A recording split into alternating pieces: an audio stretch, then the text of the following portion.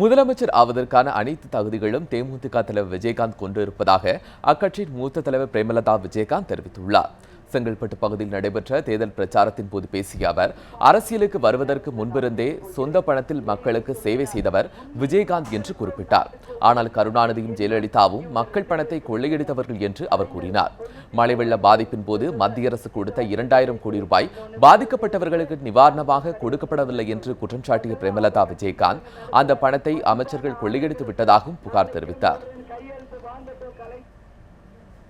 முதலமைச்சர் ஆவதற்கு அவருக்கு என்ன தகுதி இருக்குதுன்னு சிலர் சொல்லலாம்.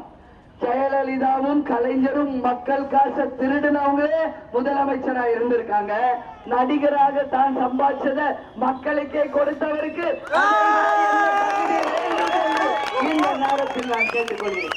மக்கள் காசை திருடினவங்களே 5 வாட்டி ஒருத்தர் 3 வாட்டி ஒருத்தர் முதல்வரா இருந்தாங்க. தான் சம்பாதிச்சதை மக்களுக்கு தான் கொடுத்திருக்கார் நடிகராக இருந்த காலத்துல இருந்து.